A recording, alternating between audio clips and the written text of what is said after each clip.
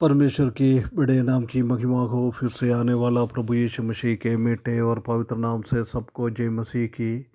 फिर से एक बार और हमारे जीवन में एक अवसर दिया है कि परमेश्वर के वचन से कुछ बातें हम सुन पाए, मनन कर पाए। पिछले दिनों में हम निर्गमन की किताब पहले अध्याय से कुछ बातें मनन करके आ रहा था। उसका 22 पद आखिरी में हम पिछले दिनों में याद कर रहा था। इस अध्याय से कुछ बातें हम देखे। God has given U a spirit of strength not fear. परमेश्वर ने हमको एक शक्ति की आत्मा को दिया हुआ है, परंतु भय का आत्मा है नहीं। ये भी हम इसी अध्याय से, इसी पदों से हम देख सकता है। हम जानते हैं कि इस दुनिया में पूरा भय से भरा हुआ चीज़ों है। हो सकता है हमारा बीमारी, हो सकता है हम कुछ चीज़ों में लत लगता है, हो सकता है हमारा कुछ उधार लोगों से पैसा वापस देना है, हमारा कामों की परेशानी,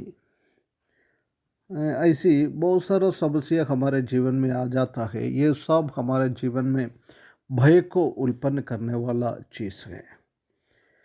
परंतु हम देख सकते हैं कि परमेश्वर ने हमारे जीवन में एक भय का आत्मा को नहीं दिया है। हम ऐसी चीज़ों के विरुद्ध करने के लिए और शत्रुओं को हम सामना करने के लिए भय का आत्मा को परमेश्वर ने नहीं दिया है, परंतु उसके जगह में, उसी के बदले परमेश्वर ने हमको शक्ति की आत्मा को दिया है। दूसरा तिमोती 1 अध्याय का 7वें पद में वो चीज़ को हम देख सकता है। शक्ति की आत्मा। और हम निधि वचन 1:7 में पढ़ेगा तो उधर हम देख सकते हैं कि यहोवा का भय मानना हमारा बुद्धि का उत्पन्न होता है। प्रभु को भय मांगने वाला लोगों को परमेश्वर बुद्धि और ज्ञान देता है। उसी के साथ हमको शक्ति भी मिलता है। हम परमेश्वर के लोगों के विरुद्ध में परमेश्वर की शैतान की विरुद्ध में हम खड़ा हो सकता है। ऐसी एक शक्ति परमेश्वर हमको देता है। हम परमेश्वर का भय मानने के द्वारा हम दुष्टता को घृणा कर सकता है। ये वचन निधि वचन 8:13 में लिखा हुआ है। इसलिए हमको दुनियादारी के किसी चीज़ों में भय नहीं मानना है, परंतु परमेश्वर की भय मानना है, यहोवा की भय मानना है। ये परमेश्वर हमको सिखाता है। हम जानते हैं कि मनुष्यों के ऊपर की हमारा भय हमको एक परेशानी में हमको लेके चले जाता है। मनुष्यों की ऊपर का भय हमको हमेशा परेशानी और तकलीफ में लेके जाता है, परंतु हम परमेश्वर के ऊपर हम भरोसा रखेंगे तो परमेश्वर हमको आशीष करेगा, अनुग्रह करेगा, प्रोत्साहन की एक बात हमारे जीवन में मिलेगा। ये हम निधि वचन 29 का 25 पद में हम देख सकता है। इधर हम देख सकते हैं कि भय का एक अनुभव है ना। बच्चों को मार डालने के लिए एक आज्ञा दिया है, वो एक भय को उत्पन्न करता है, परंतु हम जानता है कि इसी के पीछे परमेश्वर की शक्ति हम समझे ऐसी है तो ये दुनियादारी के ओर से आने वाला भय हमारे जीवन में कभी भी कुछ बिगाड़ नहीं सकता।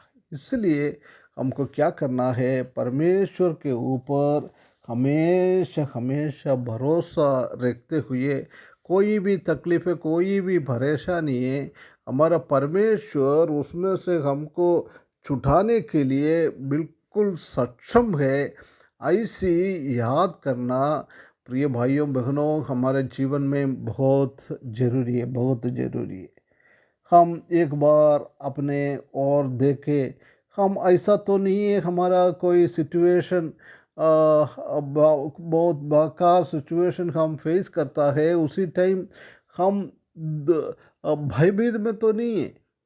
एक बार हमको देखना है, जब हम परमेश्वर का इच्छा को पूरा हमारे जीवन के द्वारा करता है, तब हम जानता है कि हमको किसी किसी भी चीज़ को भय मानने का जरूर नहीं है, किसी के चीज़ के ऊपर भय होने का जरूरी नहीं है, क्योंकि हमारा परमेश्वर सच्चा परमेश्वर है।